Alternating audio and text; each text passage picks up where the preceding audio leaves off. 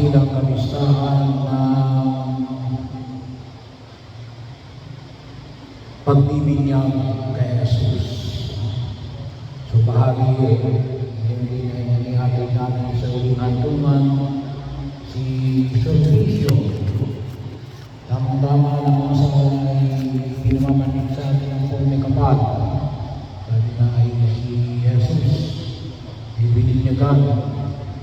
Anong sabi ni Juan? Ay dapat ay ako ang magpabinyag. Hindi kayo dapat ang binyagan ko. Pero anong sabi ni Jesus? Ay kinakailangan isa katuparan natin ito para matupad ang kalooban ng Diyos. Medyo mabigat mo yung salitang kalooban ng Diyos. Habang inihatid natin sa uling hantungan si servisyo, bahagi nyo, maaaring itanong din natin sa ating sarili, ito ba yung kalooban ng Diyos? At dapat ito maging maliwanag sa ating buhay na yung bawat pagkilos natin ay isang pagkilos na nawa sumasang-ayon sa kalooban ng Diyos. Pero yun naman yung tingnan natin, sapagkat maliwanag kung minsan gusto natin, kalooban natin. Pero kalooban tayo ng Diyos. Kasama ba natin ng Diyos? Sapagkat kinakailangan din natin pag-nilay-nilayan. Tulad mo yung mawa ng alin. Maaaring kasi yung isang tao tumutulong sa kanyang kapwa. Pero wala ang Diyos. Ginagawa mo yan ng mga hindi naniniwala sa Diyos. Yung mga ateista kung tawagin, yung mga komunista, hindi naniniwala sa Diyos. Pero tumutulong sila sa kapwa. So, hindi lahat ng pagtulong sa kapwa, hindi kilala natin kalooban ng Diyos. Nawa, makita natin sa ating buhay kung alin ang kalooban ng Diyos. Mas maging madali. Mas madali ang buhay kapag nakita natin ito yung kalooban ng Diyos. Kasi yun din ang ginawa. Sabi nga natin, si Jesus ay nagpabinyag, hindi sapagkat may kasalanan siya. Pero bakit siya nagpabinyag?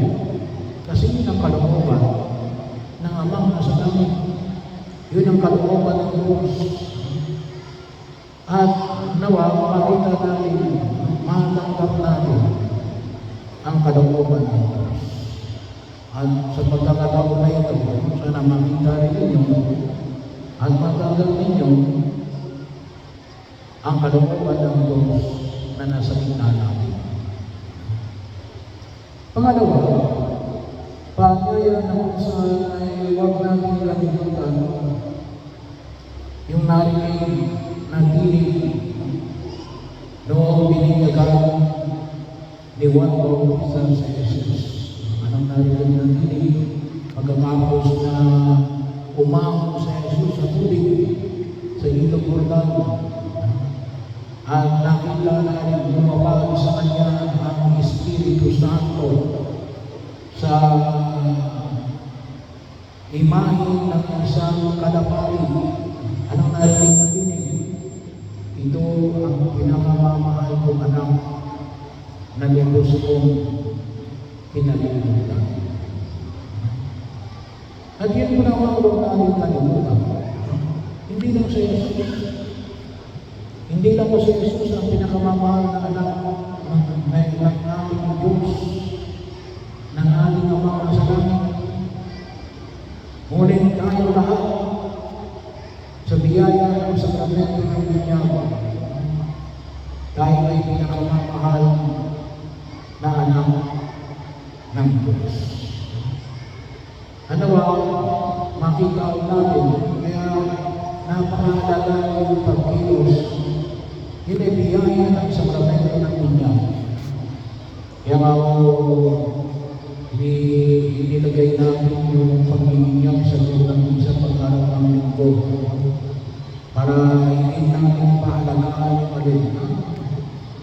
Tayo lahat ay nasa pangunguna ng pagpapala ng Diyos.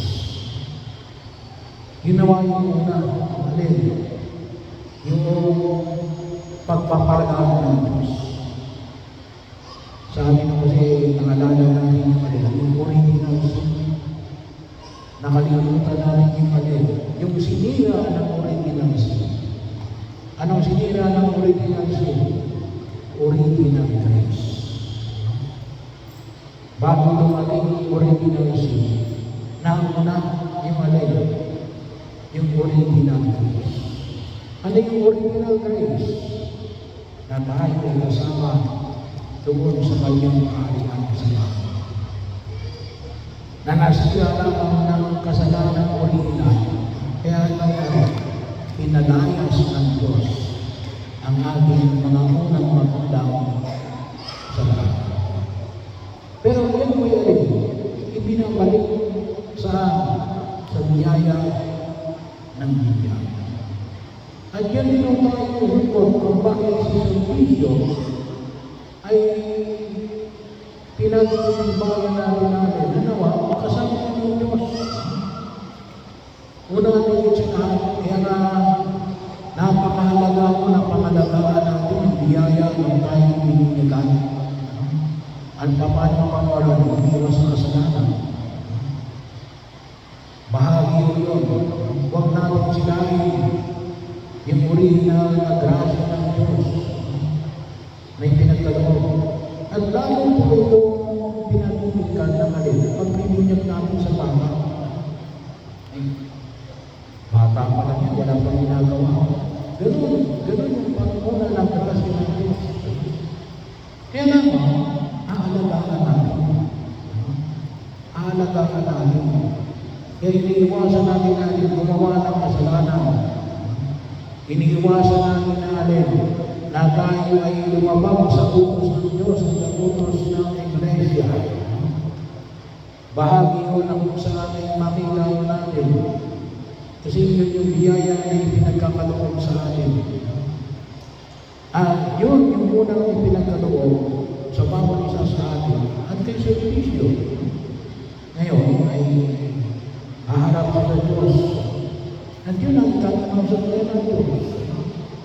Pinangalagaan mo ba yung biyaya na ipinagkaloob sa iyo sa sakramento ng Niya bilang pinakamamahal na anak ng Diyos? Natubos na kinalulugdan ng ating amang nasa langit. So kaya nga po, kung hindi tayo mapabilang sa pinagkaharian ng Diyos, hindi sa pagkagawa ng Diyos. Kasi nauna yung biyaya. Kaya sabi natin, ay tawag na natin hindi, nahulog mula sa grasya ng Diyos. Bakit? Pinabayaan natin na pangalagaan tayo ng grasya ng Diyos. Pero tayo ngayong nalilito, yung tulog namin na nawa, si Servisyo ay higit na makinabang sa biyaya ng Diyos na ipinagkaloob sa Kanya mula nung siya ay binigyan.